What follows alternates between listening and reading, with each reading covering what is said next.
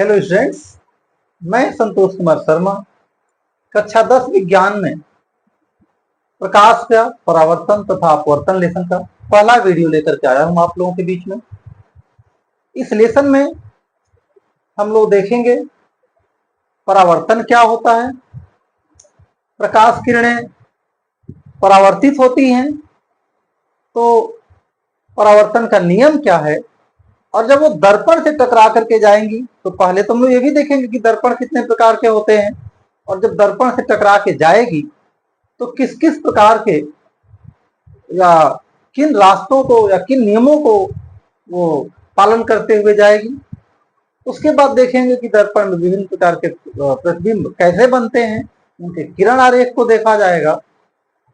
और परावर्तन चैप्टर खत्म होने के बाद से अगले वीडियो में कुछ न्यूमेरिकल प्रॉब्लम्स भी मिलेंगे इसके।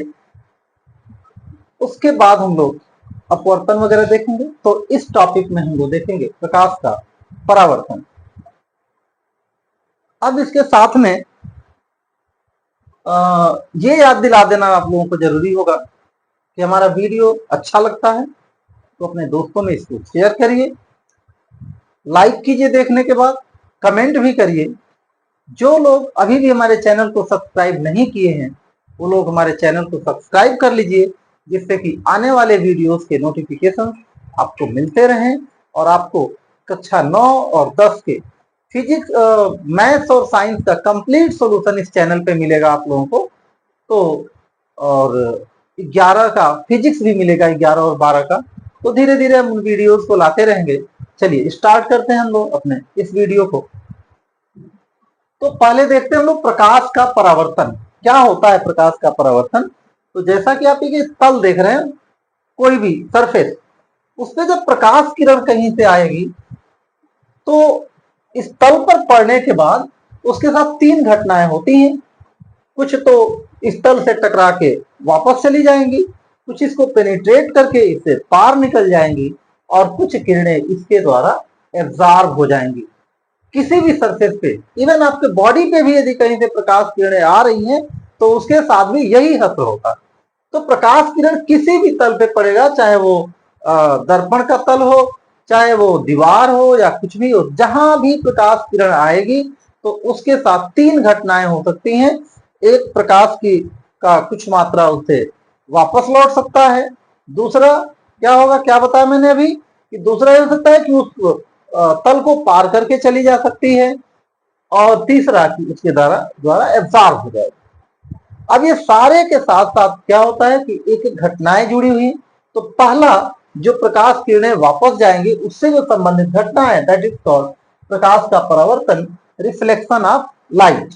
तो इसका डेफिनेशन यहां दिया हुआ, देखिए क्या कह रहा है कि जब कोई प्रकाश किरण किसी माध्यम में चलती हुई किसी तल से टकराकर उसी माध्यम में वापस चली जाती है तो इस घटना को प्रकाश का परावर्तन कहते हैं। यहां पर एक तल ऐसे, ये दर्पण ऐसे है, और इस दर्पण से यदि कहीं से प्रकाश किरण आ रही है, जैसे ये तल होता, प्रकाश किरण इधर से आती और इधर वापस चली जाती। यहाँ पे हम तल को दिखाने के ऐसे, ऐसा वाला तल है दर्पण का, तो इसमें प्रकाश किरण यदि इस तल पे पड़ती है तो इस तल पे पड़ने के बाद वो क्या हो रही है कि इधर की तरफ जा रही है। ये देखिए आपतित किरण जो तल की तरफ आ रही है, और ये क्या है भाई, परावर्तित किरण है। और ये जो पॉइंट है इसको कहते हैं पॉइंट ऑफ इंसिडेंस, आपतन बिंदु इसको कहते हैं। पॉइंट ऑफ, जो पॉइंट बी है ये है पॉइंट ऑफ इंसिडेंस। तो जो इस पॉइंट ऑफ इंसिडेंस पे एक परपेंडिकुलर तल के परपेंडिकुलर जो ड्रॉ करेंगे उसको कहते हैं नॉर्मल। क्या कहते हैं भाई, नॉर्मल कहते हैं। नॉर्मल, या हिंदी में अभिलंब कहते हैं। क्या कहते हैं, अभिलंब। और फिर क्या है, ये आपतित किरण और अभिलंब के बीच जो कोण बनता है ये होता है कौन सा कोण, आपतन कोण, एंगल ऑफ इंसिडेंस। क्या होता है भाई, ये angle of incidence, angle of incidence. और दूसरा कोण देखिए, ये परावर्तित किरण इस अभिलंब से जो बनाएगी ये परावर्तन कोण है, इसको कहते हैं हम लोग एंगल ऑफ रिफ्लेक्शन। थोड़ा सा इसको चौड़ा करते हैं, थोड़ा सा पतला। हाँ ये ठीक है, ठीक है। तो ये हुआ इसका एंगल ऑफ रिफ्लेक्शन। तो अब यहां पर हम देख रहे हैं कि प्रकाश किरण जब यहां पर किसी तल पे पड़ेगी तो जो आ रही है प्रकाश किरण ये क्या होगी भाई, ये आपतित किरण होगी, और जो जा रही है ये परावर्तित किरण। और पॉइंट ऑफ इंसिडेंस जहां पे आपतित किरण उस तल पे पड़ रही है उसको कहते हैं हम लोग आपतन बिंदु या पॉइंट ऑफ इंसिडेंस। और इसके ऊपर एक अभिलंब वो डाले हुए हैं परपेंडिकुलर, इस तल के परपेंडिकुलर जो होगा उसको कहेंगे हम लोग अभिलंब। और अभिलंब और आपतित किरण के बीच का कोण एंगल ऑफ इंसिडेंस या आपतन कोण, और परावर्तित किरण और अभिलंब के बीच जो कोण बन रहा है वो हो गया परावर्तन कोण। ये जब बात जाने तो इसके बाद हम लोग ये जानेंगे कि परावर्तन के नियम क्या हैं, किन नियमों का पालन होता है इन सबों में, इसमें इस घटना में। तो इसके दो नियम हैं। पहला नियम ये कहता है, यही जो मैं आपतन कोण और परावर्तन कोण की बात कर रहे हैं उसमें किसी भी स्थिति में जब परावर्तन होगा तो पहला नियम कहता है कि आपतन कोण और परावर्तन कोण दोनों क्या होते हैं, बराबर होते हैं। पहला नियम कहता है आपतन कोण और परावर्तन कोण बराबर होते हैं। और दूसरा नियम क्या कहता है कि ये आपतित किरण, अभिलंब और परावर्तित किरण तीनों एक ही तल में होते हैं। इसका मतलब जानिए क्या है, इसका मतलब यह है कि यहां पर जैसे एक रेखा निर्धारित करने के लिए दो बिंदुओं का होना जरूरी है, उसी तरह से एक तल निर्धारित करने के लिए दो रेखाओं का होना जरूरी है। तो आपतित किरण यदि हम पहले नियम को लेके चले तो आपतन कोण ये था और इधर से आपतित किरण आ रही थी, तो मान लीजिए ये कोण 50 डिग्री का है, तो यदि 50 डिग्री का कोण यहां से बनाती हुई ये भी जा सकती थी, लेकिन ये रास्ता इसका नहीं होता है, वो इसी रास्ते को फॉलो करती है। और इसमें क्या होता है कि जिस तल में ये दोनों हैं उसी तल में परावर्तित किरण होती है। तो दूसरा नियम ये कहता है कि आपतित किरण, अभिलंब और परावर्तित किरण तीनों एक ही तल में होते हैं। ये थोड़ा सा बच्चों को कभी कभार दिक्कत होती है, ये समझ नहीं पाते हैं। इसी पहला नियम तो आसानी से समझ लेते हैं कि आपतन कोण बराबर परावर्तन कोण, लेकिन दूसरा नियम नहीं समझ पाते हैं कि क्या कह रहा है कि आपतित किरण, परावर्तित किरण और अभिलंब तीनों एक ही तल में होते हैं, ये नहीं समझ पाते हैं। चलिए ये हुआ। उसके बाद से हम लोग जरा अब इसको देखते हैं। हम लोग ये परावर्तन के नियम जिनकी मैं बात कर रहा था कि परावर्तन के दो नियम है, आपतित किरण आपतन बिंदु तथा अभिलंब तथा परावर्तित किरण तीनों एक ही तल पर होते हैं, ठीक है। और परावर्तन कोण सदैव आपतन कोण के बराबर होता है। ये हम लोग यहाँ पे ऐड कर सकते हैं कि angle of incidence I equal to angle R, जो उधर हम दिखाए थे। प्रकाश किरणों की उत्क्रमणीयता का सिद्धांत भी जान लेना जरूरी होगा। इसको मैं समझाऊं, यहाँ पे सब जगह नहीं मिलेगा ये बात। उत्क्रमणीयता का सिद्धांत क्या होता है, यह है कि प्रकाश किरण जिस रास्ते से जा रही है उसी रास्ते से वो वापस भी आ सकती है। यदि उसके फाइनल पाथ को हम लोग रिवर्स कर दें तो जिस रास्ते से वो ये इधर से गई उसी रास्ते को फॉलो करते हुए आ सकती है। इसका उदाहरण मैं इसको उदाहरण से समझाऊं कि मान लीजिए किसी कमरे में बीच में एक दीवार खड़ी कर दिया जाए, जस्ट लाइक दिस, बीच में दीवार खड़ी कर दिया जाए। आधे बच्चे, बीच में पूरा नहीं, मतलब ये फॉर एग्जांपल समझ लीजिए कि ये खुला हुआ हिस्सा है और इसके आगे दीवार है बीच में। कुछ बच्चे यहां बैठे हुए हैं, कुछ बच्चे यहां बैठे हुए हैं, और इतनी जगह हो आगे जिससे कि यहाँ का लाइट जाके उस तल पे उधर यदि दर्पण रखा हो कोई, तो यदि इस हिस्से के बच्चे इधर के बच्चों को देख पा रहे होंगे तो उधर के बच्चे इधर के बच्चों का प्रतिबिंब देख पाएंगे, क्योंकि प्रकाश किरण इधर से यदि उधर गई तो उधर से इधर भी आ सकती है। ये कहलाता है प्रकाश की उत्क्रमणीयता का सिद्धांत। आपतित किरण एजुकेशन, ये जो भी बात हुई समझाए। आगे देखते हैं हम लोग।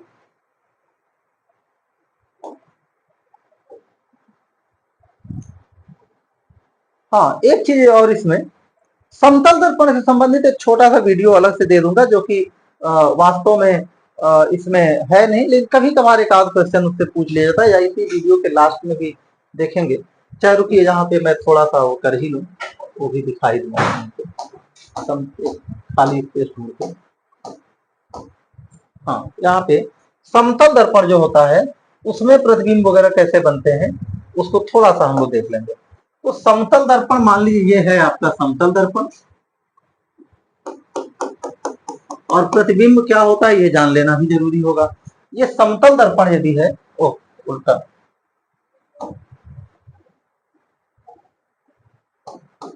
ये मान लीजिए कोई समतल दर्पण है और इसके सम्मुख कोई वस्तु यहाँ पे रखी हुई है, तो प्रतिबिंब कैसा बनता है ये भी यहाँ पे जान लेंगे। तो किसी बिंदु से प्रकाश किरणें तो सभी दिशाओं में जाती है, मालूम होगा आप लोगों को।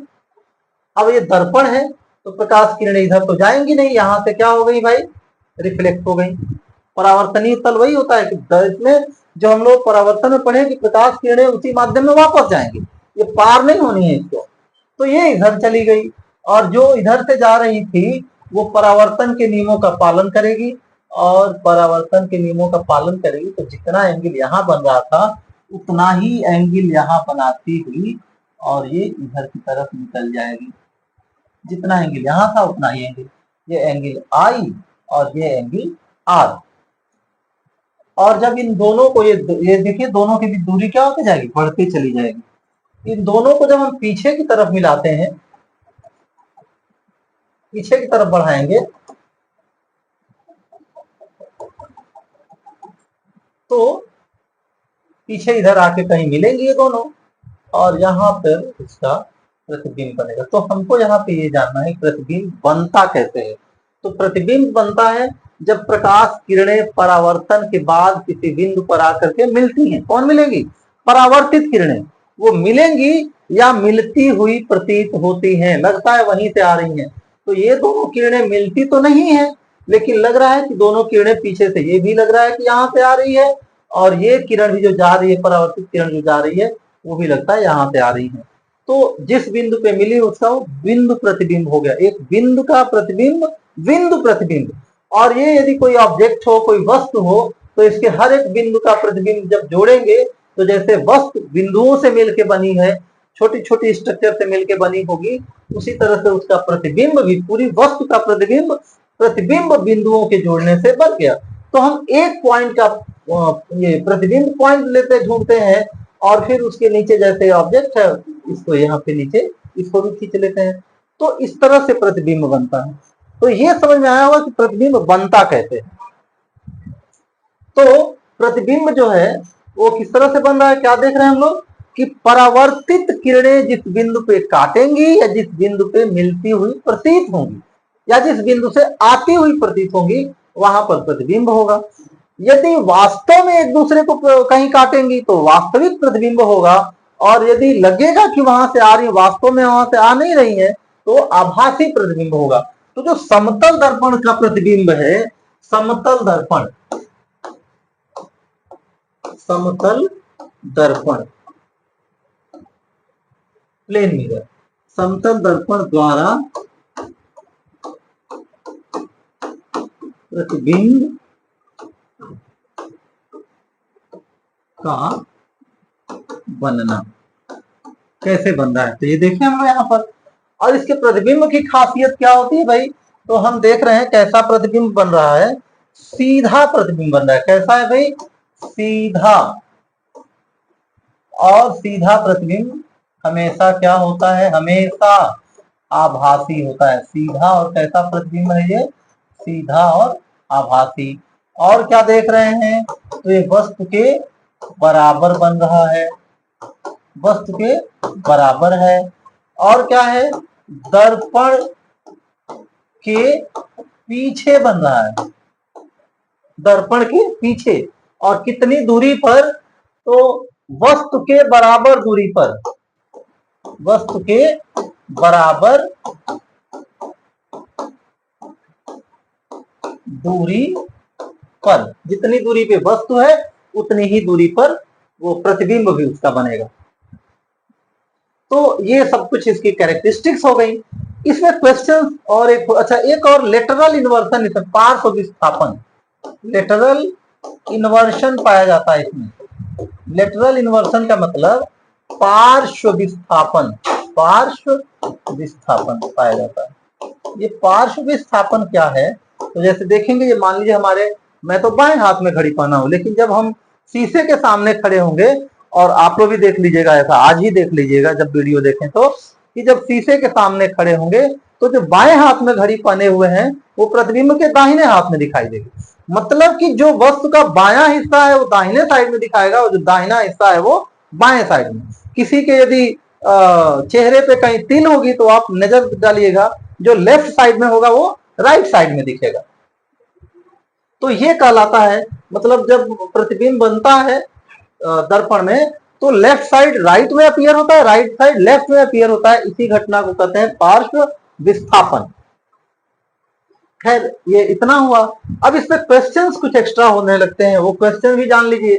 जैसे कोई पूछे, प्रैक्टिस में भी वो क्वेश्चन आएंगे, देखेंगे कि यदि कोई वस्तु यहाँ पे मान लीजिए 10 मीटर की दूरी पर है, 10 मीटर की दूरी पर, तो ये वस्तु है ए बी, ए बी, ये क्या है भाई, वस्तु है, और ये क्या है, प्रतिबिंब है। तो पूछेगा कि भाई तो वस्तु और प्रतिबिंब के बीच दूरी कितनी होगी, तो गलती से फटाक से लिख देते हैं बच्चे 10, लेकिन कितना होगा भाई, ये हो जाएगा 20 मीटर, 10 इधर 10 इधर। ऐसे ही यदि पूछेगा कि वस्तु ए प्रतिबिंब की तरफ, दर्पण की तरफ 10 मीटर प्रति सेकंड की स्पीड से आ रही है, या 20 मीटर प्रति सेकंड की स्पीड से, 20 मीटर प्रति सेकंड की स्पीड से आ रही है, तो प्रतिबिंब दर्पण की तरफ कितने स्पीड से जाएगी भाई, तो दर्पण की तरफ पूछा जाएगा तो वो कितना हो जाएगा, वो 20 ही रहेगा। लेकिन पूछेगा कि दर्पण वस्तु की तरफ कितनी तेजी, सॉरी, प्रतिबिंब वस्तु की तरफ कितनी स्पीड से जा रही है, तो जब प्रतिबिंब और वस्तु के बीच की बात होगी तो जस्ट वो डबल हो जाएगा। वो 20 से जा रही थी तो अब स्पीड उसका डबल हो जाएगा, 40 के स्पीड से उसकी तरफ जा रही होगी। फिर ध्यान दीजिए, यदि वस्तु 20 सेंटीमीटर 20 मीटर प्रति सेकंड की दर से दर्पण की तरफ आ रही होगी, तो वस्तु, सॉरी, प्रतिबिंब दर्पण की तरफ तो 20 मीटर प्रति सेकंड की दर से आएगी, लेकिन वस्तु की तरफ उसकी चाल क्या हो जाएगी, 40 हो जाएगी, उसकी डबल, 20 वो आया 20 ये आया। तो ऐसे क्वेश्चन होते हैं और बच्चे उसमें कंफ्यूज हो जाते हैं। आगे हम लोग कुछ और देखें, एक टॉपिक छूटे जा रहा था कि दर्पण है क्या, तो कोई भी दर्पण क्या होता है, एक ग्लास प्लेट होती है और उसके पीछे कुछ पॉलिश कर देंगे जिससे कि वो जो प्रकाश किरणें पार नहीं जा पाए, रिफ्लेक्ट हो जाए, वही वो रिफ्लेक्टिंग सरफेस दर्पण है। कोई भी रिफ्लेक्टिंग सरफेस दर्पण होता है, दर्पण का काम करेगा। जैसे जब हम लोग दर्पण के उपयोग पढ़ेंगे तो देखेंगे टेबल लैंप, कार हेडलाइट, उसमें भी दर्पण होता है, तो वहां शीशे का होना जरूरी नहीं है, पीछे एक प्लेट होती है, पॉलिश कर दी जाती है, दर्पण का शेप रहता है, उसमें रिफ्लेक्टिंग सरफेस होता है दर्पण, और कुछ नहीं, दर्पण होता है रिफ्लेक्टिंग सरफेस। आमतौर पे जो घरों में दर्पण यूज होता है उसमें है क्या कि कोई कांच की प्लेट होती है, उसके बैक साइड में ऐसे पॉलिश कर देते हैं कि लाइट कोई भी उसके पार नहीं जाए, पूरी लाइट उससे रिफ्लेक्ट हो जाती है, तो वो कहलाता है दर्पण। और ये दर्पण दो तरह का हम लोग आमतौर पे देखते हैं, एक होता है क्या दर्पण, एक होता है दर्पण समतल दर्पण होगा, जिसका अभी हम लोग जिक्र किए दर्पण, तो ये होता है, एक होगा समतल दर्पण। इसका परावर्तनीय तल कैसा होता है भाई, इसका परावर्तनीय तल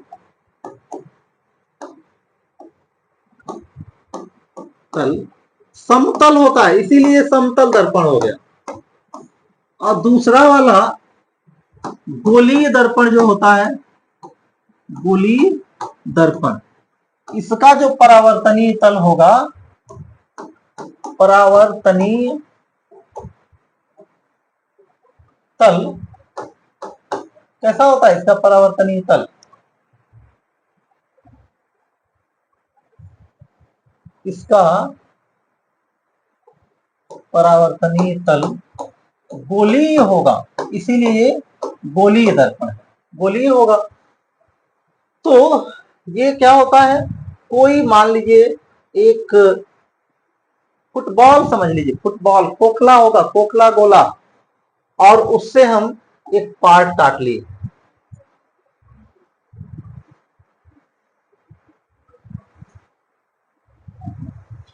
ये काट लिए और एक तल को पॉलिश कर दिए तो क्या बन जाएगा, ये गोलीय दर्पण बन गया। वैसे ही यदि ऐसा ये वाला तल को पॉलिश कर देते थे दूसरा बन जाता। इसमें परावर्तनीय तल जिसमें उभरा हुआ होता है ना, ये दो तरह का हो जाएगा, ये फिर दो तरह का हो जाएगा। जो परावर्तनीय तल उभरा हुआ होगा ऐसे, तो ये हो जाएगा उत्तल दर्पण। क्या होगा भाई, उत्तल दर्पण। और जिसका परावर्तनीय तल जिसमें होगा वो गड्ढे टाइप का होगा, ऐसे होगा, तो ये हो जाएगा अवतल दर्पण। अवतल दर्पण। तो ये डेफिनेशन सिंपल है, इसलिए डेफिनेशन पे बहुत वो नहीं जाना है इसके कि उत्तल दर्पण और अवतल दर्पण क्या होगा। यदि क्या कहें डिफाइन करना हो तो क्या कहेंगे कि उत्तल दर्पण कांच के खोखले गोले का एक टुकड़ा होता है जिसका एक तल एक हिस्सा या एक तल उसका एक सरफेस पॉलिश कर दिया जाता है और जो परावर्तनीय तल है वो दूसरा वाला तल उभरा हुआ होगा, तो उत्तल दर्पण हो जाएगा। तो ये तीन तरह के हम लोग, समतल दर्पण, उत्तल दर्पण और अवतल दर्पण। समतल दर्पण में प्रतिबिंब कैसे बनता है, क्या होता है, वो देखना था उतना, वो देख लिए।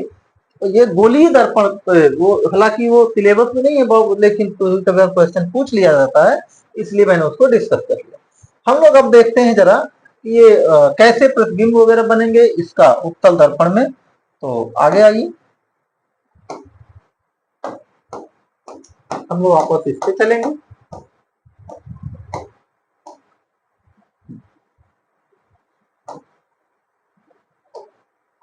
यहाँ पर गोलीय दर्पण से संबंधित कुछ परिभाषाएं मिलेंगी, यहाँ पे सब है, नोट करिएगा। हम यहाँ पे फिगर के अकॉर्डिंग चले। ये देखिए, ये मैंने ले लिया गोलीय दर्पण के।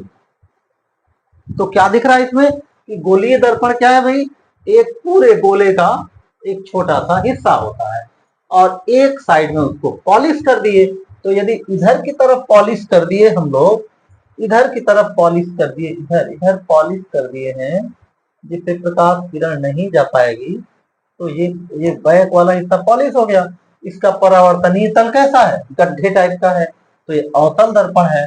और दूसरा वाला उत्तल दर्पण। तो चाहे वो अवतल दर्पण हो या उत्तल दर्पण हो, ये देखो कलई किया वाला हिस्सा पीछे है, ये दिखा रहा है, यहाँ कलई किया वाला हिस्सा ये इधर यहाँ पे है। तो यहाँ पे मैं थोड़ा सा क्लियर करने के लिए ये ऐसे कर दूं ताकि ये समझ लीजिए, इधर पॉलिश है, इधर पॉलिश है और वो चिकना वाला हिस्सा, इसका इधर पॉलिश है, इधर।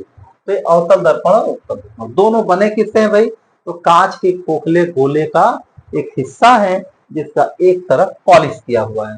तो इसमें सबसे पहले क्या होता है, वक्रता केंद्र। क्या होती है वक्रता केंद्र भाई, तो दर्पण, गोलीय दर्पण जिस खोखले गोले का हिस्सा है उसी के केंद्र को कहते हैं हम लोग वक्रता केंद्र। सारी परिभाषाएं वहां पे हैं, तो आप लोग उससे नोट भी कर सकते हैं। और जरूर आप लोग नोट्स बनाइए, तभी आप लोग पूरा समझ पाएंगे। बुक का भी हेल्प लीजिए यहाँ हमको। तो ये दोनों में इसका वक्रता केंद्र। यहाँ अब देखने वाली चीज है कि वक्रता केंद्र अवतल दर्पण है तो उसका तो परावर्तनीय तल के सामने है, लेकिन उत्तल दर्पण है तो उसका वक्रता केंद्र पीछे है। और जो दर्पण का ठीक मध्य बिंदु, ज्यामितीय मध्य बिंदु होता है, जिसकी संरचना है उसके ठीक बीच का जो पॉइंट है उसको कहते हैं हम लोग ध्रुव, पोल। क्या कहते हैं इसको भाई, पोल।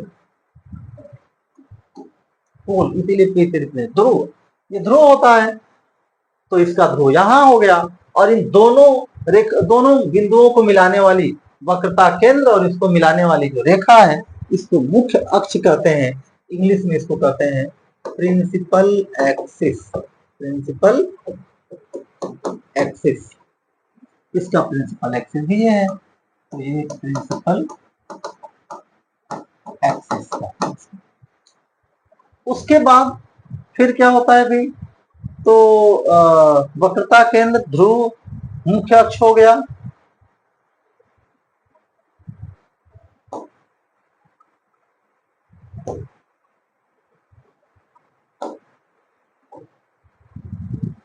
वक्रता केंद्र हो गया। अच्छा, वक्रता केंद्र और जो उसकी त्रिज्या है ना, जो त्रिज्या है उसकी, ये यहां से यहां तक, ये आर, यही इसकी कहलाती है वक्रता त्रिज्या, उस फोकले गोले की जो त्रिज्या है वो वक्रता त्रिज्या है। चौथा ये मुख्य अक्ष भी बता दिए हैं। उसके बाद मुख्य फोकस, ये दोनों का अलग अलग होगा। बाकी दोनों के डेफिनेशन, बाकी जो भी डेफिनेशन देखे दोनों दर्पणों के लिए एक ही है, लेकिन ये दोनों का अलग अलग होगा और ये पूछा जाता है, परीक्षा में आता है कि फोकस या मुख्य फोकस दर्पण का क्या होता है। तो अवतल दर्पण के लिए अलग हो जाता है, उत्तल दर्पण के लिए परिभाषा थोड़ी बदल जाती है। यहाँ एक ही में दोनों को वो किया गया, अलग से फिर वो हम बता थोड़ा सा डिफरेंस कर देंगे। तो देखो कह रहा है दर्पण की मुख्य अक्ष के समानांतर आने वाली प्रकाश किरणें दर्पण से परावर्तन के पश्चात मुख्य अक्ष के जिस बिंदु पर या तो वास्तव में मिलती हैं या मिलती हुई प्रतीत होती हैं। देखिए यहाँ पर जितनी प्रकाश किरणें आ रही हैं परावर्तन के बाद, देखिए सबकी सब यहाँ पर केंद्रित हो रही हैं। ये मुख्य अक्ष के समानांतर, ये मुख्य अक्ष हो गया, इसके समानांतर प्रकाश किरणें आ रही हैं इधर, और आने के बाद क्या हो रही है, इस बिंदु पर मिल रही है सबकी सब। तो मुख्य अक्ष के समानांतर आने वाली प्रकाश किरणें अवतल दर्पण में, अवतल दर्पण के मुख्य अक्ष के समानांतर आने वाली प्रकाश किरणें परावर्तन के बाद एक निश्चित बिंदु पर मिलती हैं या कन्वर्ज हो जाती हैं, उसी निश्चित बिंदु को कहते हैं अवतल दर्पण का मुख्य फोकस। अवतल दर्पण का मुख्य फोकस, फिर से एक बार सुनिए कि अवतल दर्पण के मुख्य अक्ष के समानांतर आने वाली प्रकाश किरणें परावर्तन के बाद जिस बिंदु पर मिलती हैं उस निश्चित बिंदु को क्या कहते हैं, मुख्य फोकस, अवतल दर्पण का मुख्य फोकस कहते हैं। और उत्तल दर्पण में थोड़ा अलग होगा। देखो ये प्रकाश किरणें परावर्तित होकर आ रही हैं, इसके जैसे ये भी परावर्तित तो होंगी, जो प्रकाश किरणें इधर आ रही हैं, और ऐसे परावर्तित होंगे लगेगा जैसा कि फोकस से होकर आ रही हैं। तो इसको कह सकते हैं हम लोग कि उत्तल दर्पण के मुख्य अक्ष के समानांतर आने वाली प्रकाश किरणें, ये चारों किरणें 1 2 3 4, ये 4 किरणों को यहां दिखाया गया है, और चारों किरणें या ये भी जा सकती है इधर। तो चारों किरणें परावर्तन के बाद क्या होंगी, ऐसे फैलती हैं, फैल जा रही हैं, ऐसे फैल रही हैं, लग रहा है यहाँ पे एक निश्चित बिंदु एस से होकर के आ रही हैं, और उसी निश्चित बिंदु को उत्तल दर्पण का फोकस दूरी कहते हैं।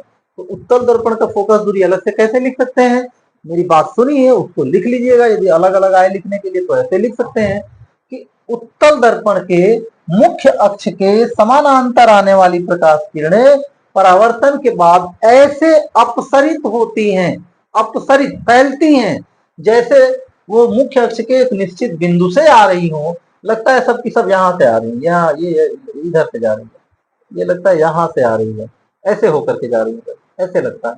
तो उसी निश्चित बिंदु को क्या कहते हैं लोग, मुख्य फोकस, किसका, उत्तल दर्पण का। तो ये दोनों की फोकस, और यहाँ एक साथ इसका दोनों का लिख दिया गया है कि परावर्तन के पश्चात मुख्य अक्ष के जिस बिंदु पर या तो मिलती हैं या मिलती हुई प्रतीत होती हैं, उसी बिंदु को दर्पण का मुख्य फोकस कहते हैं। तो यहाँ इस परिभाषा में दोनों को एक साथ दे दिए गए, अलग अलग भी दोनों को लिख सकते हैं, जैसा कि मैंने आप लोगों को बताया। आगे देखते हैं हम लोग फोकस दूरी। तो यही जो इसके बीच की दूरी है, फोकस और पोल के बीच की दूरी को, इसी को कहते हैं हम लोग फोकस दूरी।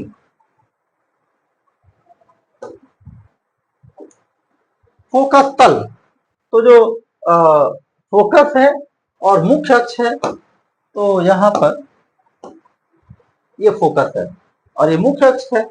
तो फोकस से होकर और मुख्य अक्ष के लंबवत जाने वाली जो तल होगी उसको कहते हैं हम लोग ये, उसको क्या कहते हैं हम लोग, फोकस तल। और अब यहाँ पर एक पॉइंट जो कि काम आएगा उसको देख लेते हैं हम लोग। ये देखिए, दर्पण की वक्रता त्रिज्या तथा फोकस दूरी में संबंध, तो ये ठीक बीचों बीच में होता है। फोकस वक्रता केंद्र और पोल के ठीक बीचों बीच में होता है। तो यहाँ पे लिख सकते हैं हम लोग कि F इज इक्वल टू होता है R/2, F is equal to R/2। यहाँ पर दिखाने की कोशिश किया गया है कि कैसे इसको हम लोग दिखा सकते हैं। तो यहाँ देखिए ये फिगर से, हालांकि इसको डिराइव करके भी दिखाया जा सकता है, लेकिन डेरिवेशन आप लोगों में नहीं है। लेकिन ये बात कैसे हम लोग साबित करेंगे कि f जो है वो f is equal to r/2, कैसे हम वो करेंगे, बस वो दिखाने के लिए यहाँ पर। तो यहाँ देखिए ये जो भी आप पढ़े भी होंगे, कोई गोल ये सर्कल हो और उसकी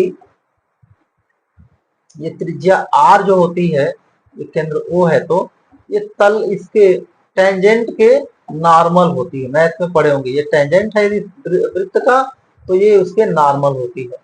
तो इसलिए जो भी रेखा यहाँ से जा रही, अभिलंब की जो बात कर रहे थे ना, जब हम लोग दर्पण पढ़ रहे थे, समतल दर्पण, तो यहाँ देखे थे ये आपतित किरण, ये परावर्तित किरण, और ये क्या हो जाता है, ये अभिलंब हो जाता है, देख रहे थे ना हम लोग। तो यहाँ पर यही अभिलंब होती है, केंद्र से उस बिंदु को मिलाने वाली जो लाइन होती है वो अभिलंब होती है। ये हो गई आपतित किरण। तो आपतित किरण ये देखा गया कि कहां से होके आती है, फोकस से होके आती है। जब अवतल दर्पण में कोई किरण मुख्य अक्ष के समानांतर जाती है तो इसके किधर होके आती है, फोकस से होके आती है।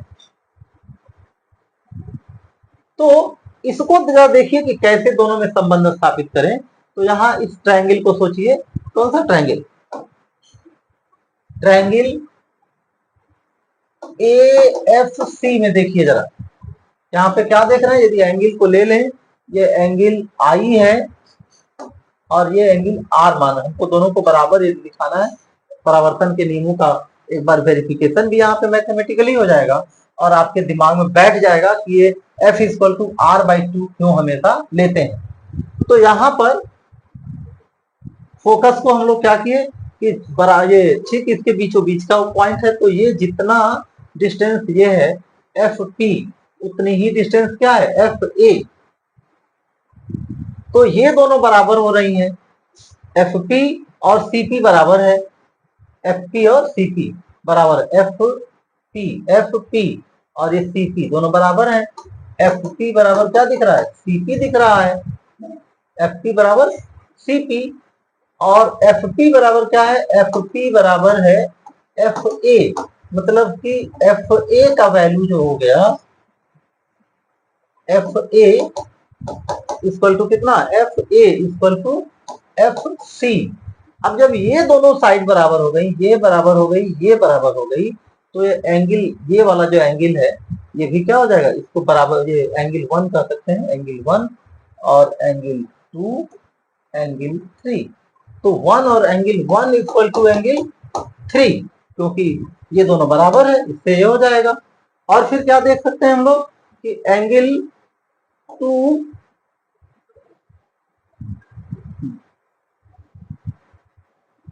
और ये समानांतर है, तो angle 1 is equal to angle, ये एंगल 1 इक्वल टू एंगल 3 था, और angle 1 angle equal to angle 2।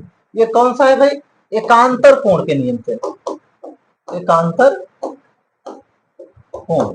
तो यदि ये इक्वेशन 1 और इसको इक्वेशन 2 ले लीजिए, तो एक समीकरण 1 और 2 से क्या मिल जाएगा, समीकरण 1 और 2 से क्या मिल जाएगा आपको, समीकरण 1 और 2 से मिलेगा angle 1 equal to angle 2 equal to angle 3, angle 2, यहाँ देखिए 1 is equal to 3, 1 is equal to 2, तो 2 और 3 भी एंगल 2 इक्वल टू एंगल 3, मतलब angle I, angle of incidence equal to angle of reflection.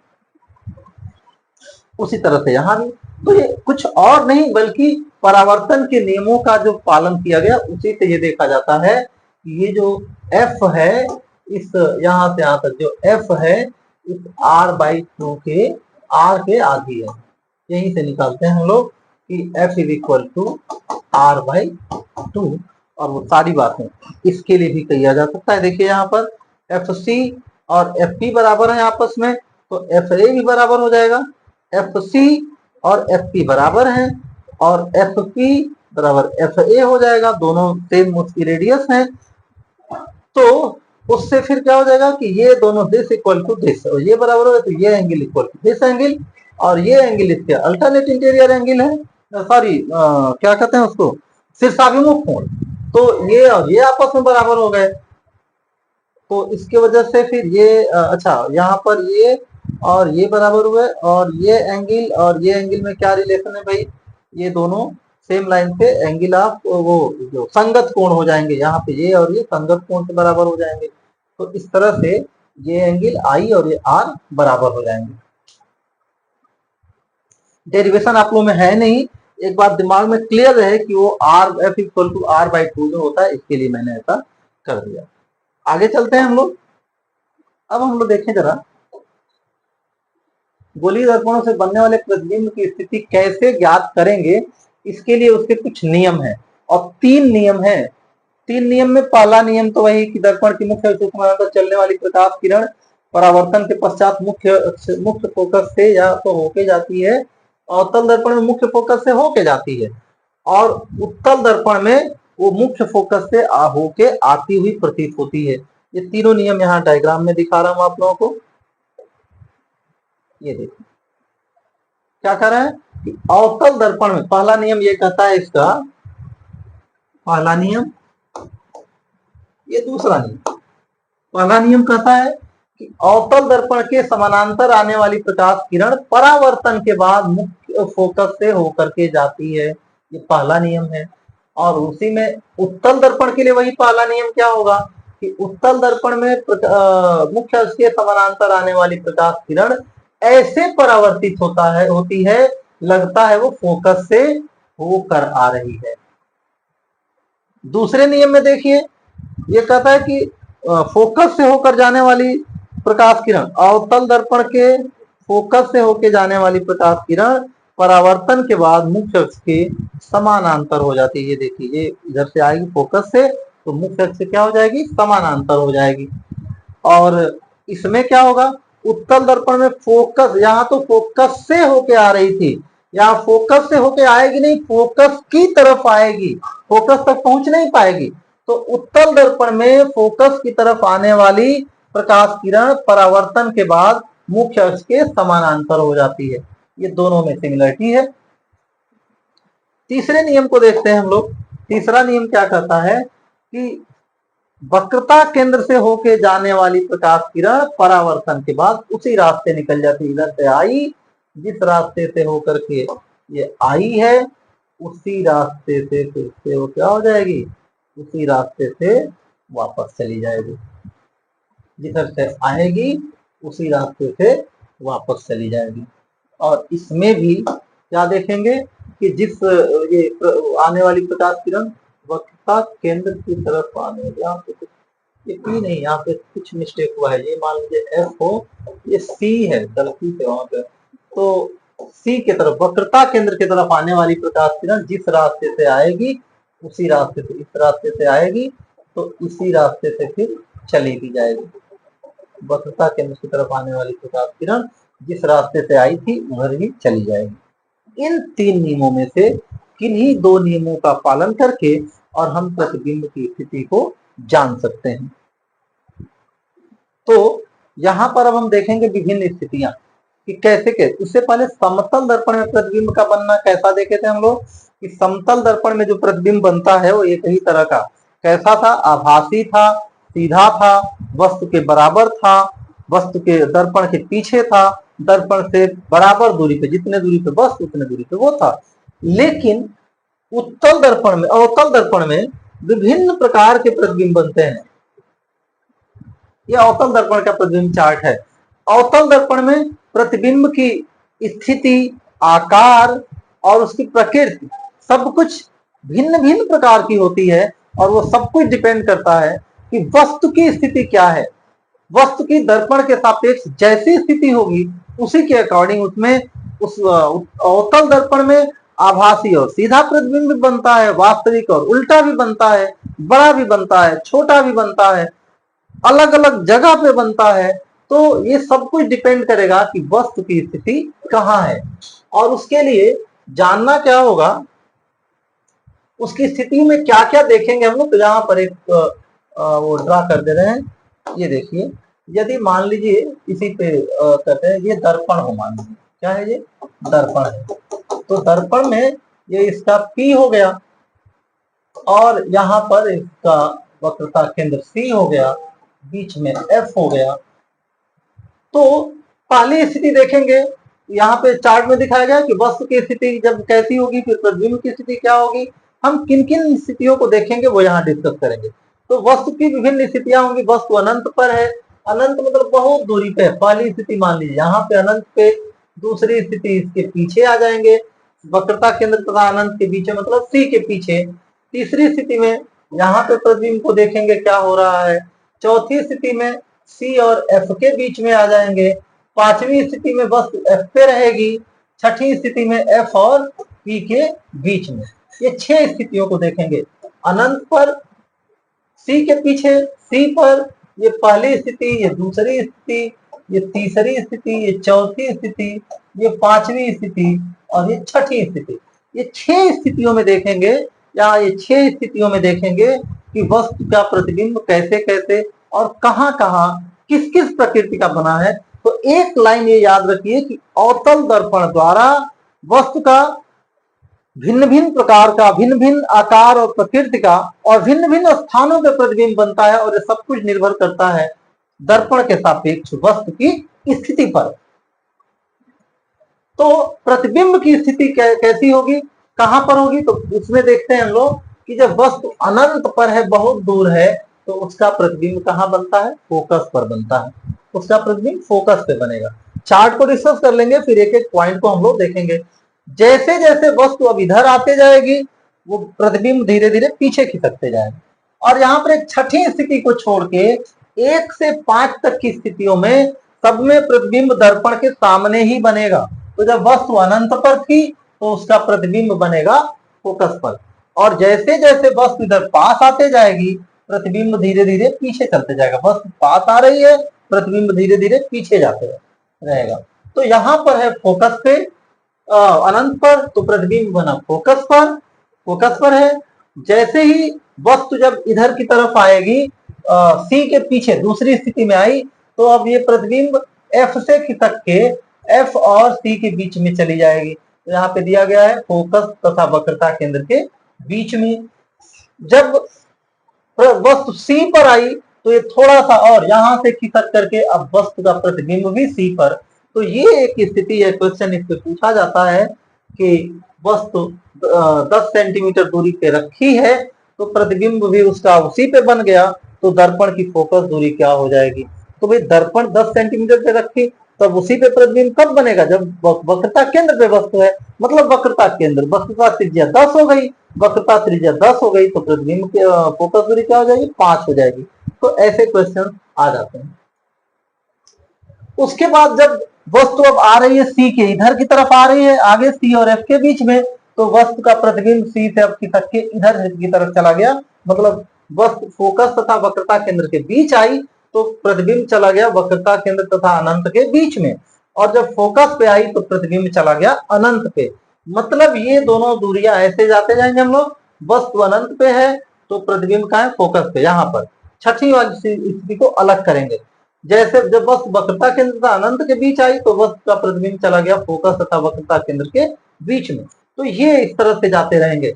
ये पहली स्थिति, तो इसकी पांचवी, ये छठी को अलग कर देंगे। दूसरी स्थिति पे आई तो यहाँ चौथी पे, तीसरी पे आई तो प्रतिबिंब भी तीसरी पे, चौथी पे आई तो प्रतिबिंब दूसरी पे, पांचवी पे आई तो प्रतिबिंब जब फोकस पे होगी तो प्रतिबिंब चली जाएगी अनंत पे। और जैसा हमारे आंखों में क्या है, उत्तल लेंस है। आगे पढ़ेंगे जब उत्तल लेंस आएगा तो, कि उत्तल लेंस में प्रतिबिंब कैसे बनता है और अवतल दर्पण में कैसे बनता है, दोनों में बहुत समानता होती है। तो हमारी आंखों में देखते हैं कि जैसे जब बहुत दूर कोई वस्तु है तो उसका प्रतिबिंब कैसा दिखता है। कोई स्टूडेंट अपनी छत पे खड़ा हो, दूसरा स्टूडेंट स्कूल से देख रहा हो उसको, तो दूर यदि छत पे हो तो बहुत छोटा सा दिखेगा। तो दूर की वस्तु का प्रतिबिंब कैसा बनता है, छोटा बनता है। और जैसे जैसे वस्तु पास आते जाएगी, प्रतिबिंब का आकार बड़ा होते जाता है। तो जब वस्तु अनंत पर है तो बिंदु आकार की, हाईली डिमिनिश्ड कह सकते हैं उसको, क्या कह सकते हैं, उसको कह सकते हैं हाईली डिमिनिश्ड। क्या कह सकते हैं, हाईली डिमिनिश्ड, बहुत ही छोटा बिंदु आकार का हो जाएगा, हाईली डिमिनिश्ड। और ये छोटा किससे भाई, वस्तु से छोटा। जब तक वो फोकस सी के पीछे जब तक वस्तु है तब तक उसके प्रतिबिंब का आकार वस्तु से छोटा होगा। जब सी पर वस्तु आ जाती है तो वस्तु के आकार का हो जाता है। जब सी पर वस्तु, ये भी क्वेश्चन होता है कि कहां पर वस्तु को रखने पर उसका आकार, प्रतिबिंब का आकार वस्तु के बराबर होता है और वो उसी पर बनता है, तो सी पर होता है। इससे रिलेटेड छोटे छोटे न्यूमेरिकल हो सकते हैं, ट्रिकी न्यूमेरिकल्स। उसके बाद जब वो इधर से और सी के पार आ गया तो प्रतिबिंब का आकार वस्तु से भी बड़ा। जब वो और पास आ गया, मतलब वो फोकस पे आ गया, तो प्रतिबिंब का आकार बहुत बड़ा। ठीक इसके उल्टा, जब वस्तु अनंत पर थी तो बिंदु प्रतिबिंब का आकार बहुत ही छोटा, बिंदु आकार का, और ठीक जब वो फोकस पर आ जाएगी तो उसी तरह से बहुत ही बड़ा।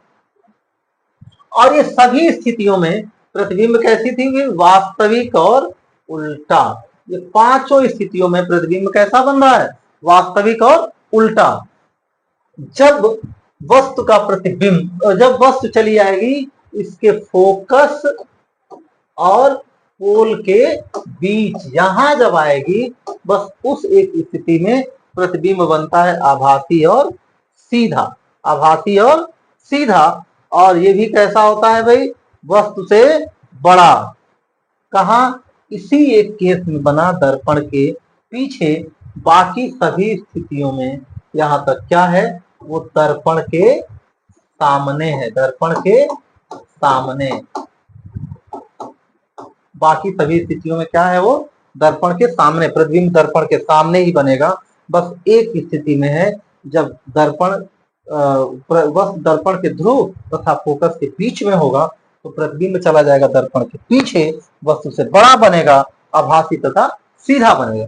तो यही हम कह रहे थे कि अवतल दर्पण में भिन्न भिन्न आकार और भिन्न भिन्न प्रकृति के प्रतिबिंब बनते हैं और भिन्न भिन्न स्थानों पर बनते हैं, और ये सब कुछ निर्भर करता है कि वस्तु की स्थिति क्या है, वस्तु कहाँ पे रखी हुई है।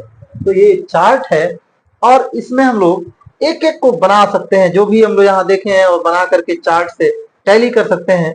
कैसे बनाएंगे वहां पे मैंने चार्ट में भी दिया हुआ है और यहाँ बना के भी देखेंगे। तो ये मान लीजिए पहली स्थिति को कैसे आप प्रतिबिंब चार्ट बनाएंगे, यहाँ पे सब कुछ दिखाया हुआ है, आप लोग इसको फॉलो कर सकते हैं कि कोई वस्तु अनंत पे रखी है तो उसका प्रतिबिंब फोकस पे बनेगा, किस तरह से बनेगा वो यहाँ पे दिखाया गया है।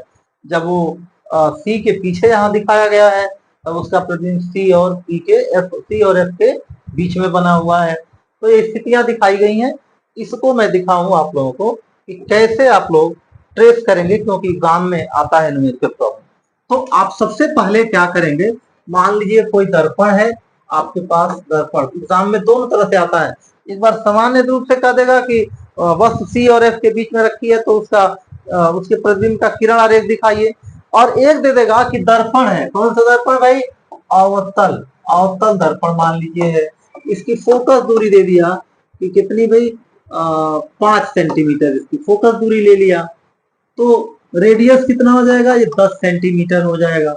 और कहे कि वस्तु कहाँ रखी हुई है भाई? वस्तु रखी है 12 सेंटीमीटर दूर रखी है। तो 12 सेंटीमीटर दूर रखी है, आप कैसे ट्रेस करेंगे?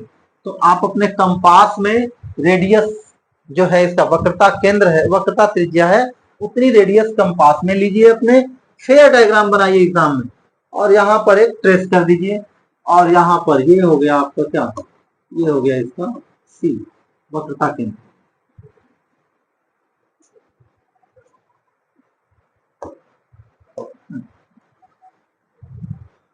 सी। अब यहाँ पे रेडियस इसका है, फोकस दूरी यहाँ हो गया, ये हो गया क्या? 5 सेंटीमीटर पे फोकस दूरी इसका हो गया, और वो 12 सेंटीमीटर पे कह रहा रखने के लिए, तो 12 सेंटीमीटर पे ये दूरी आपकी क्या हो गई? 12 सेंटीमीटर। इस दूरी पे रखिए, ये आपका दर्पण हो गया। तो कैसे प्रतिबिंब बनाएंगे? क्या मैंने बताया कि पहले फेयर डायग्राम बनाना है, तो जितनी रेडियस है, फोकस दूरी 5 दिया है तो रेडियस अपने आप डबल कर लीजिए, कोई एक दे सकता है। तो उतना डिस्टेंस का, यदि आपको एक बात और बना लो, कॉपी में प्रैक्टिस जब करिए तो वहां रेडियस फिक्स लेकर के, रेडियस, कंपास, स्केल, पेंसिल सबका यूज कीजिए जिससे आपका डायग्राम अट्रैक्टिव दिखेगा।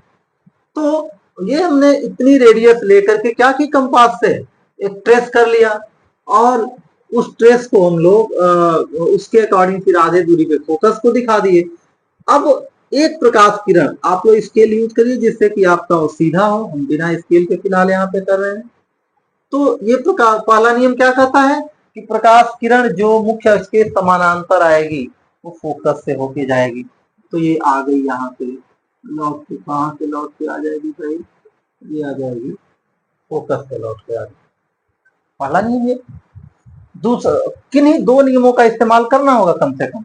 दूसरा नियम जो हमको ज्ञात है, और किन किरणों को लेंगे, एक बिंदु से तो अनंत किरणें जाएंगी, हम सिर्फ उन दो किरणों को लेंगे जिसका रास्ता हमको परावर्तन के बाद मालूम होगा।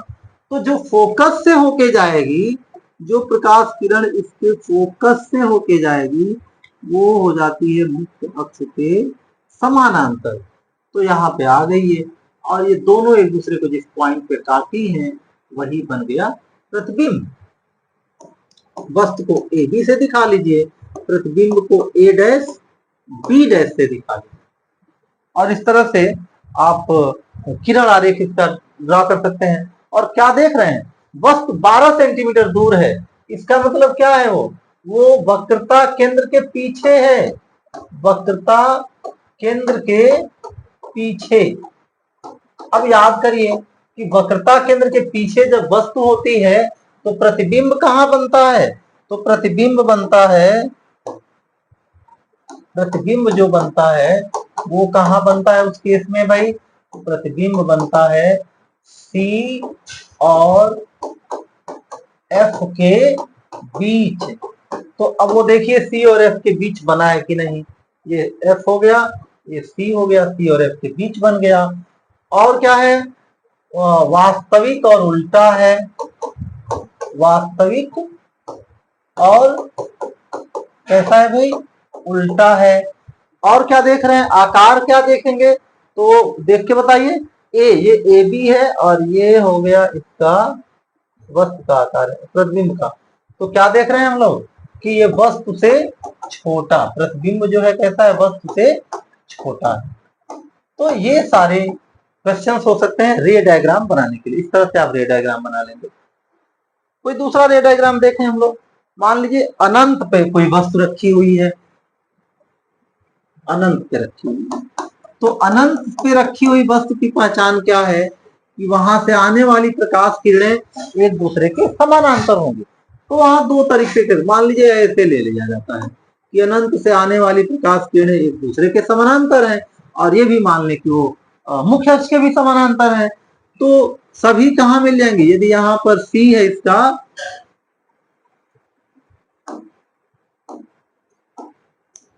ये सी है और ये इसका एफ है, तो परावर्तन के पश्चात जो समानांतर किरणें थी वो क्या हो जाती हैं, फोकस से होकर के आती हैं।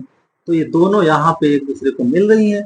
तो कहीं कहीं तो ऐसे ही दिखा दिया गया है, ऐसे भी दिखा के काम कर सकते हैं। और दूसरा तरीका ये ले सकते हैं कि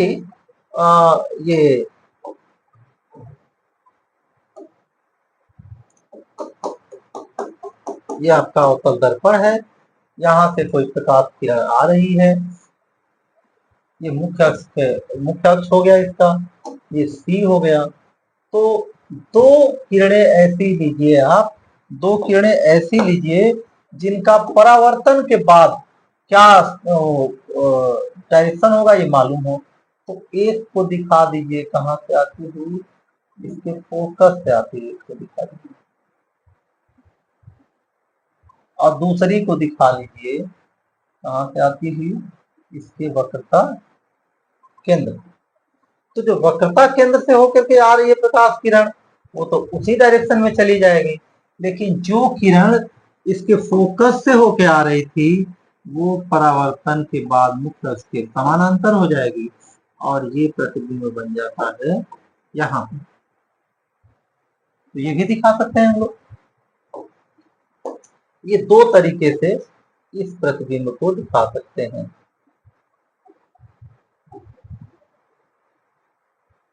दो तरीके से इसको दिखा सकते हैं हम लोग कि वस्तु कहाँ है, वस्तु कहाँ, वस्तु अनंत पर है, तब कैसे दिखाएंगे। इसी तरह से किसी भी रे डायग्राम को दिखा सकते हैं। और देख लीजिए, यदि वस्तु कहाँ रखी है भाई, एक केस में जिसमें सीधा प्रतिबिंब बनता है, याद करिए सीधा प्रतिबिंब बनने के लिए वस्तु को कहाँ रखना होता है, कहाँ रहती है वस्तु, ये फोकस और पोल के बीच में। ये फोकस हो गया, ये इसको चाहे यहां ले लीजिए, ये फोकस और ये वक्रता केंद्र सी, और वस्तु रख ली गई यहाँ पर फोकस और इसके बीच में, फोकस और पोल के बीच में। तो प्रकाश किरण एक दिखा लीजिए यहाँ से समानांतर, और दूसरी किरण ऐसे दिखाइए लगे जैसे कहाँ से आ रही है भाई, वक्रता केंद्र से, क्योंकि हम लोग दो ऐसी किरणें लेंगे जिनका परावर्तन के बाद का रास्ता मालूम है। तो ये चली गई, अब होगा क्या कि परावर्तन के बाद ये किरण तो आ जाएगी कहाँ से भाई, ये आ जाएगी उसके फोकस से, और दूसरी किरण जिस रास्ते गई थी उसी रास्ते चली जाएगी, ये इधर चली जाएगी। इनके बीच की डिस्टेंस क्या देख रहे हैं, बढ़ते चली जा रही है, मिलेंगी नहीं कभी। तो इनसे प्रतिबिंब पाने के लिए इनको पीछे मिलाना पड़ेगा, और यहाँ पर कहीं आकर के मिलेंगी, और जहां मिलेंगी वहां पे हम इसका प्रतिबिंब दिखाएंगे। तो यहाँ वस्तु ए बी छोटी है, प्रतिबिंब क्या देख रहे हैं, ए डैश बी डैश, जो प्रतिबिंब है वो वस्तु से बड़ा है।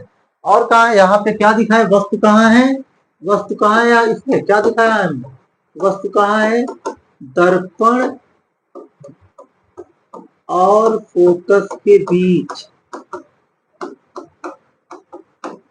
और प्रतिबिंब कहाँ गया, तो प्रतिबिंब आ गया, प्रतिबिंब जो आ गया वो कहाँ आ गया भाई, प्रतिबिंब आ गया इसका दर्पण के पीछे। कैसा है, सीधा और आभासी, सीधा और आभासी, वस्तु से बड़ा, ये होता है अवतल दर्पण। तो अवतल दर्पण की विभिन्न स्थितियों के प्रतिबिंब को हम लोग देखे। अब हम लोग बात करें उत्तल दर्पण में कैसा प्रतिबिंब बनता है। तो उत्तल दर्पण में हमेशा एक ही तरह का प्रतिबिंब बनता है भाई, ये मैं बता दूं। ये विभिन्न स्थितियों को यहाँ पे मैं दिखाया हुआ हूँ, तो इससे आप लोग इनको फॉलो करके और आराम से हर स्थिति के प्रतिबिंब को दिखा सकते हैं। यहाँ पर देख ही रहे हैं कि ये किरणें जो है ये आपतित किरण है, परावर्तित किरण इधर से होके चली जा रही है,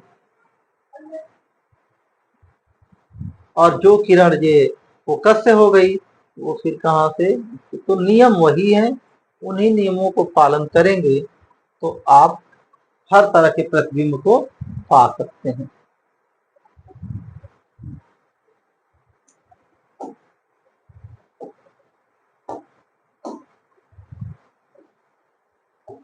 ये अंतिम वाली स्थिति थी।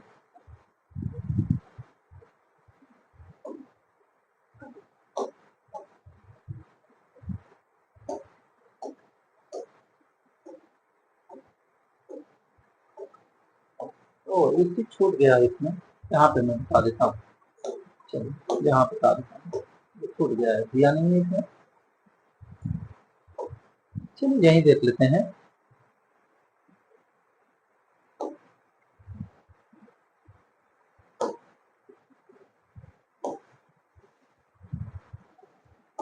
ये छूट गया था, उत्तल दर्पण से प्रतिबिंब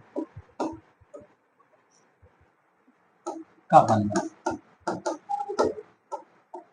तो इसमें सदैव कैसा प्रतिबिंब बनेगा भाई, सदैव आभासी और सीधा प्रतिबिंब, सदैव आभासी और सीधा प्रतिबिंब, और बनेगा वस्तु से छोटा। तो कहीं भी रखी हुई हो वस्तु स्थिति पर निर्भर नहीं करेगा, हमेशा आभासी और सीधा प्रतिबिंब और वस्तु से छोटा बनेगा। और क्या देखेंगे इसमें, यदि वस्तु अनंत पर है तो प्रतिबिंब फोकस पे बन जाएगा, अन्य कहीं भी रखा हो तो प्रतिबिंब फोकस और दर्पण के बीच में बनेगा। फोकस उत्तल दर्पण में दर्पण के पीछे होता है तो पीछे तो रहेगा, लेकिन दर्पण और फोकस के बीच में। उस स्थिति को भी यहाँ पे हम लोग देख लें और यहीं पे इसका अंतर भी देख लेंगे हम लोग। तो देखते हैं जरा, ये देखिए यहां पर ले लें हम लोग एक उत्तल दर्पण ले लिया।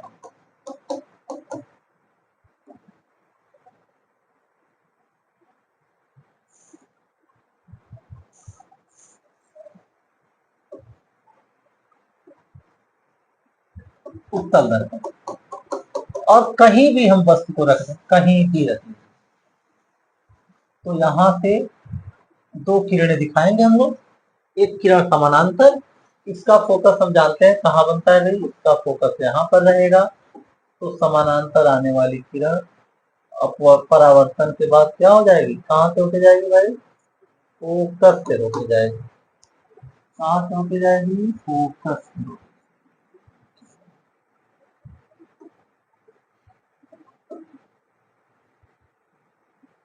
फोकस से होके जाएगी।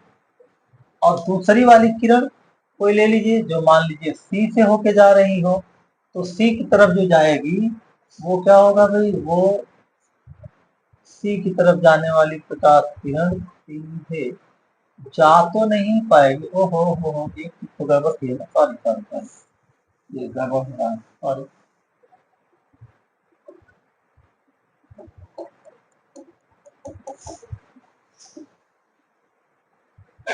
ये इसका एफ और ये हो गया सी। प्रकाश किरण यहां से जो जाएगी, यहाँ वस्तु को थोड़ा सा बड़ा दिखा है तो उससे आसानी है, वस्तु को थोड़ा बड़ा दिखा है, निकलता है छोटा है, तो वस्तु को ही थोड़ा सा बड़ा दिखा है। तो ये जो वस्तु है, अब ये फोकस की तरफ आएगी तो नहीं, लगेगा कि फोकस से आ रही है, परावर्तन होने के बाद ये दिखा होगा इसका। और जो सी की तरफ जा रही होगी, सी की तरफ जाने वाली प्रकाश किरण, वो परावर्तन के बाद फिर से क्या हो जाएगी, उसी रास्ते वापस लौट जाएगी। और ये दोनों एक दूसरे को जहां काट रही हैं, ये बन गया प्रतिबिंब इसका। तो यहाँ वस्तु है इतनी बड़ी और प्रतिबिंब है इतना छोटा। तो यहाँ पे हम क्या देखें कि कोई भी विशेष स्थिति नहीं ले रहे हैं, किसी भी स्थिति में जब जाएगी तो प्रतिबिंब उसका क्या बनेगा, छोटा बनेगा। यहीं पे थोड़ा सा अंतर भी देख लीजिए। क्वेश्चन आता है कि उत्तल दर्पण और अवतल दर्पण दोनों में आभासी तथा सीधा प्रतिबिंब बन सकता है, तो कैसे हम डिफरेंस करेंगे कि कौन उत्तल दर्पण है और कौन अवतल दर्पण है। तो अवतल दर्पण में देखिए वस्तु का प्रतिबिंब वस्तु से बड़ा है और यहाँ ये वस्तु से छोटा होता है। ये अंतर बोर्ड एग्जाम में पूछा गया है कई बार। उसके बाद हम लोग एक टॉपिक ये देख लें कि न्यूमेरिकल्स वगैरह कैसे आएंगे, उसको भी थोड़ा सा देख लेते हैं हम लोग। यहाँ पर दो फॉर्मूलों की तरफ ध्यान दिलाएंगे आप लोगों का। एक है दर्पण सूत्र, क्या है,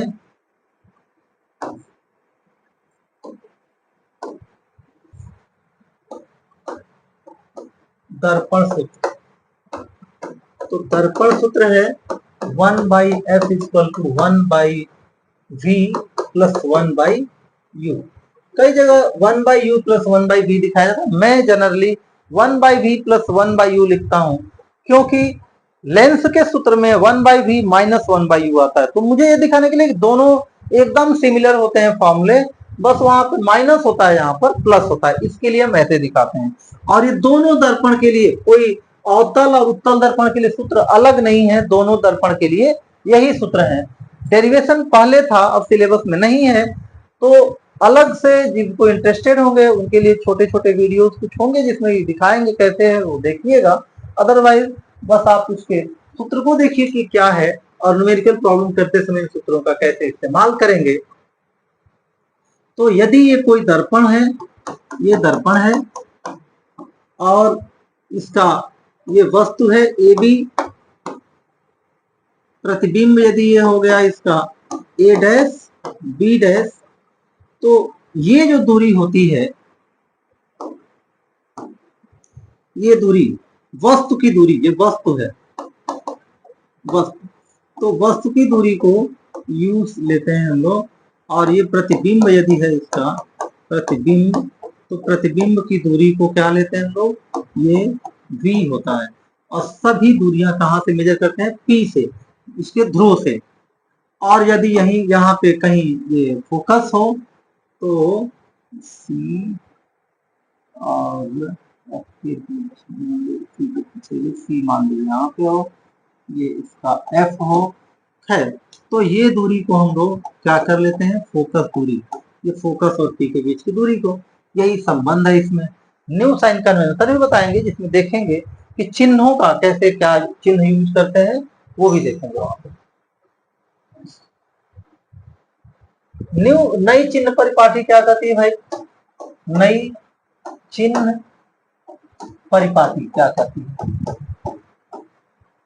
तो जो भी दूरियां हम मेजर करते हैं, पहला पॉइंट है कि सभी दूरियां कहां से मेजर करते हैं, P से मेजर करते हैं। सभी दूरियां कहां से मेजर करते हैं, P से, पहला पॉइंट। दूसरा पॉइंट क्या है कि आपतित किरण, ये है आपतित किरण, आपतित किरण की दिशा में मापी गई दूरियां धनात्मक और उसके विपरीत दिशा में मापी गई दूरियां ऋणात्मक। तो इसका मतलब यदि इसको हम लोग ओरिजिन ले लें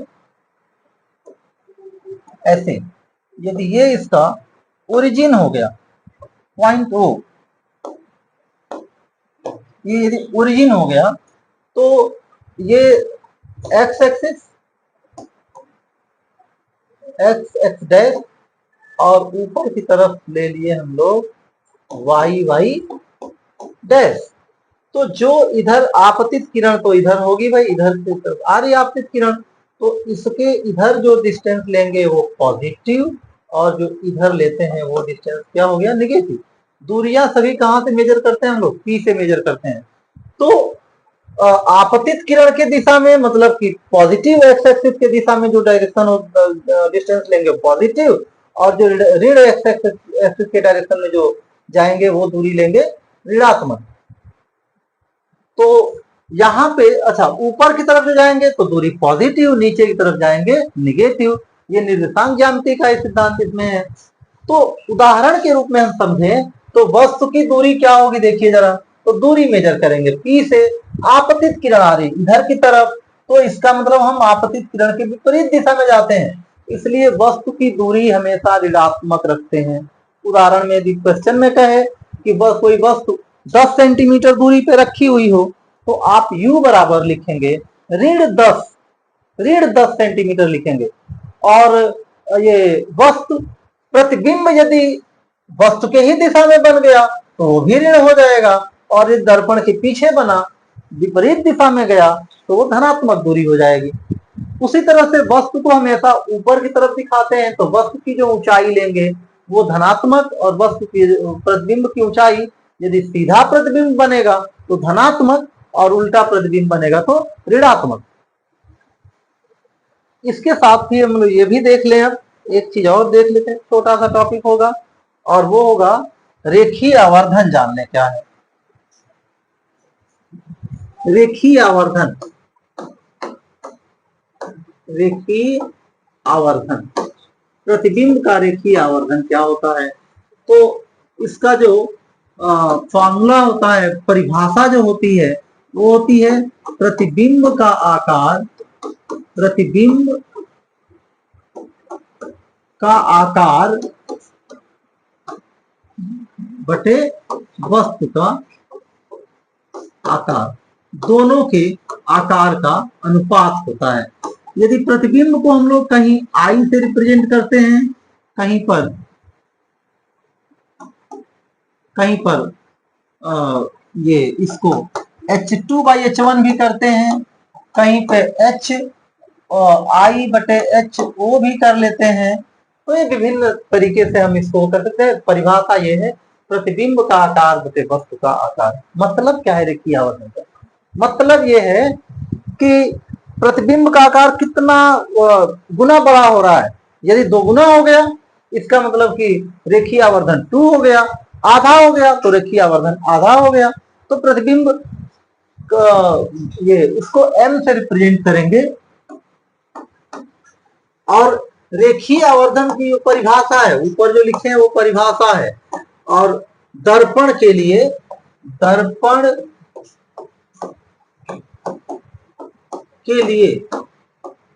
के लिए रेखीय आवर्धन का सूत्र जो होगा ये अलग है भाई, इसको अलग कीजिए। रेखीय आवर्धन का सूत्र वो जो होता है वो m बराबर होता है -v/u। ये सूत्र है इसका रेखीय आवर्धन का। ये तो परिभाषा है। आकार का जो अनुपात है प्रतिबिंब के आकार और वस्तु के आकार का जो अनुपात है वो रेखीय आवर्धन है। ये परिभाषा है। सूत्र क्या होता है? -v/u। और इस पे और क्या देखेंगे हम लोग, नोट ये जरूर याद रखिएगा आप लोग। वो मैं उसमें होगा भी, एक मिनट देखता हूँ कहीं होना चाहिए मेरे ख्याल से साइन कन्वेंशन के साथ यही पे दिखा दूं। यदि मॉड m का वैल्यू नोट में नंबर 1 ये m का वैल्यू m यदि पॉजिटिव आता है तो क्या मतलब होगा? m पॉजिटिव आने का मतलब कि प्रतिबिंब कैसा है? प्रतिबिंब m पॉजिटिव आएगा तो प्रतिबिंब कैसा होगा? प्रतिबिंब सीधा और आभासी। सीधा होगा तो आभासी होना जरूरी है। तो m पॉजिटिव होने का ये मतलब है। m निकाले और उसका वैल्यू निगेटिव ऋणात्मक आ गया तो ऋणात्मक आएगा तो प्रतिबिंब कैसा हो जाएगा भाई? उस केस में प्रतिबिंब उल्टा, और उल्टा प्रतिबिंब क्या होता है? आभासी होता है। आभासी होता है। तीसरे में क्या देखें हम लोग? मॉड हम समझते हैं, जैसे मॉड लिख दिए -5, मॉड -5 भी 5 होता है और मॉड +5 का भी वैल्यू क्या होता है? 5 होता है। मॉड का मतलब सिर्फ ये है कि नंबर सिस्टम पे मान लीजिए 1 2 3 और यहाँ -1 -2 -3 तो -2 का भी मॉड 2 होगा, +2 का भी मॉड 2 होगा। तो मॉड मतलब सिर्फ ये बताएगा कि इसकी ओरिजिन से क्या दूरी है, बस ये बताएगा, दूरी को बताते जाएगा। तो 2 भी मॉड 2 मॉड -2 भी 2। तो जब मॉड m लेंगे हम तो अब इसका चिन्ह खत्म हो गया। अब मतलब नहीं है कि वो उल्टा बना या सीधा बना। मॉड m यदि ग्रेटर देन 1 आ रहा है, ग्रेटर देन 1 आ रहा है, इसका मतलब प्रतिबिंब का आकार जो है, प्रतिबिंब कैसी होगी भाई? वस्तु से बड़ा। प्रतिबिंब वस्तु से कैसा होगा? प्रतिबिंब वस्तु से बड़ा। और यदि मॉड m का वैल्यू लेस देन 1 आया तो प्रतिबिंब वस्तु से छोटा। और यदि मॉड m इक्वल टू 1 आया है तो इसका मतलब प्रतिबिंब कितना कैसा है भाई? प्रतिबिंब वस्तु के बराबर है, बराबर। ये बातें हैं और इन सबों का न्यूमेरिकल प्रॉब्लम जब हम लोग करेंगे वहां इस्तेमाल करेंगे। बहुत ही इंपॉर्टेंट है ये। जब न्यूमेरिकल प्रॉब्लम करेंगे तो इसका बहुत ज्यादा यूज होने वाला है, तो इसको ठीक से याद करेंगे। हम देखें कुछ और इसमें टॉपिक मिले यदि करने के लिए तो कुछ करें। ये वही जो मैं बात कर रहा था दूरी के लिए कि कैसे हम लोग दूरियां मेजर करेंगे, निगेटिव पॉजिटिव, इससे संबंधित डिटेल्स है ये। और वस्तु की लंबाई ये हो गई। और तब दर्पण के उपयोग, ये टॉपिक देखिए छूट रहा था। तो उपयोग में जब हम किसी दर्पण का या किसी भी चीज का उपयोग जब करने, जब वो याद वो पढ़ना हो तो हम रटे नहीं बल्कि उनकी प्रॉपर्टी को देखें। भाई आप ही लोग सोचिए, आप लोगों का कोई उपयोग होगा तो कैसा उपयोग होगा? जिसका जैसा गुण होगा उसके अकॉर्डिंग उसका उपयोग होगा। तो वस्तु में भी इसका उपयोग में देखें हम लोग तो अवतल दर्पण के उपयोग में पॉइंट पॉइंट टू पॉइंट जाएंगे और उनके गुण को वहां देखेंगे कि किस गुण का उपयोग हो रहा है। तो देखो, बड़ी फोकस दूरी तथा बड़े द्वारक का अवतल दर्पण दाढ़ी बनाने के काम आता है।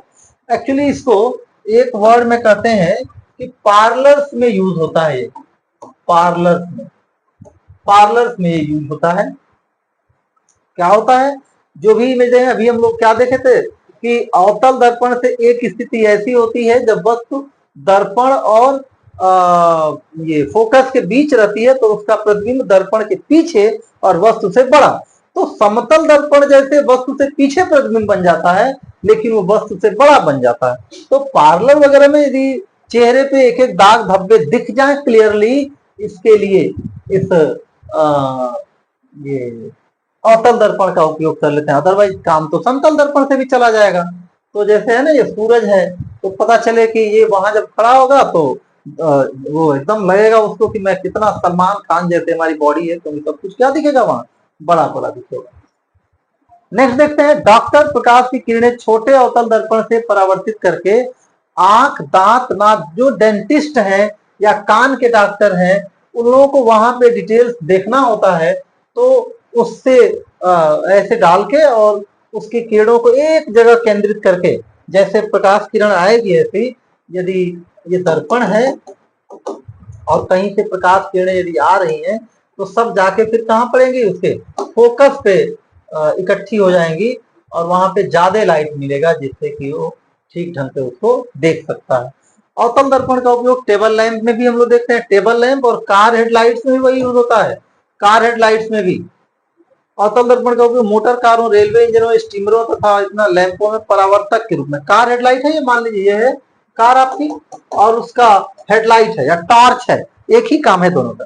तो यहाँ पे आपका बल्ब इसके ऐसे पोजीशन में रखा, ये फोकस पे हो गया, तो जितनी प्रकाश किरणें यहाँ से निकलेंगी, जो सामने जा रही हो तो जाएंगी ही, लेकिन जो किरणें इधर दर्पण की तरफ गई, उनको भी रिफ्लेक्ट करके वो इधर की तरफ भेज देगा, जिससे कि क्या होगा, ज्यादा प्रकाश आगे जाएगा और हम वस्तु को ठीक ढंग से देख सकते हैं। तो कार हेडलाइट्स में इसका यूज हो जाता है। इसके आगे देखेंगे हम लोग तो कौन सा दर्पण मिलेगा भाई, उत्तल दर्पण के उपयोग की बात देख लें। तो उत्तल दर्पण का क्या उपयोग होगा, कैसे होगा, तो उसकी एक खासियत है। अवतल दर्पण यदि मान लीजिए गाड़ियों में पीछे का ट्रैफिक देखने के लिए लगे, तो गाड़ियां दूर हैं, तब तो प्रतिबिंब कैसा दिखेगा, उल्टा उल्टा दिखेगा, और वो भी सामने ही दर्पण के, हम यहाँ हैं, दर्पण मान लीजिए यहाँ पर है, तो दर्पण के सामने ही तो प्रतिबिंब बनेगा, दर्पण बनेगा हमारे पीछे, हम देख ही नहीं सकते हैं उनको, तो वो पीछे भी बनेगा, उल्टा बनेगा, अलग अलग आकार का बनेगा। ये तो कंफ्यूजन होगा कि पहले पीछे से कोई छोटी गाड़ी आ रही है, जैसे पास आते जाएगी उसका प्रतिबिंब इतना बड़ा होते जाएगा, तो पहले लगेगा कि बाइक है, बाद में पता चला वो तो ट्रक है। तो ऐसे में क्या हो जाएगा भाई, उत्तल दर्पण का उपयोग इसलिए करते हैं ट्रैफिक के लिए, दूसरे वाले में मोटर कारों में ड्राइवर के उसके पीछे, मोटर कारों में ड्राइवर की सीट के पास लगा रहता है, ताकि पीछे की ट्रैफिक उसको साफ साफ दिखे। पीछे की हर प्रतिबिंब, हर वस्तु का प्रतिबिंब दर्पण के पीछे बनेगा, मतलब हम सामने से देखेंगे, और कैसा बनेगा, सीधा बनेगा, आभासी बनेगा। तो ये है। और दूसरा क्या होता है, जो पहले में इसका उपयोग है, उसी के साथ उसको पहला उपयोग एक बार देखिए कि इसका उपयोग गली तथा बाजारों में जो लैंप लगे रहते हैं उसके ऊपर, ये मान लीजिए ऐसा दर्पण लगा दिया गया, यहाँ बल्ब है और यहाँ उत्तल दर्पण लगा दिया गया, तो उत्तल दर्पण से फिर वो क्या होगा, चारों तरफ फैल जाएगा, ये वो चारों तरफ फैलाएगा। तो यहाँ पे उसी का उपयोग उसमें भी करते हैं हम लोग। द्वारक जो बड़ा हो जाता है ना, यहाँ पे देखिए इसका जो द्वारक बड़ा हो जाएगा, इससे ही देख सकते हैं। चलिए तो यहाँ का पेज मिल जाए, यही देख लेते हैं। हाँ, ये मान लीजिए ये आपका उत्तल दर्पण है, तो इसका द्वारक जो होता है ना, ये फील्ड ऑफ व्यू, ये बहुत बड़ा होता है। समतल दर्पण यदि इसके बजाय लगाएंगे यहाँ पर, तो समतल दर्पण इतना दूरी को नहीं देख सकेगा, लेकिन इसका दूरी का जो क्षेत्रफल है जो ज्यादा होगा, वो देख लेते हैं। और क्या होता है, तीक्ष्ण मोड़ कहीं आता है, वहां पर भी इसका उपयोग कर लेते हैं। तीक्ष्ण मोड़ होगा, मान लीजिए ऐसा मोड़ है, यहाँ से व्हीकल आ रही है, यहाँ से व्हीकल आ रही है, यहाँ जाके टकरा जाएंगे, तो यहाँ पर रोड के इस तरफ यही वाला दर्पण लगे रहता है और इसका प्रतिबिंब इसको दिख गया, इसका प्रतिबिंब इसको दिख गया, तो इस तरह से ट्रैफिक में भी यूज हो जाता है। ये इस वीडियो में सिर्फ इतना ही। अगले वीडियो में हम लोग इसके न्यूमेरिकल्स देख सकते हैं या प्रकाश का अपवर्तन देखेंगे। Thanks for watching.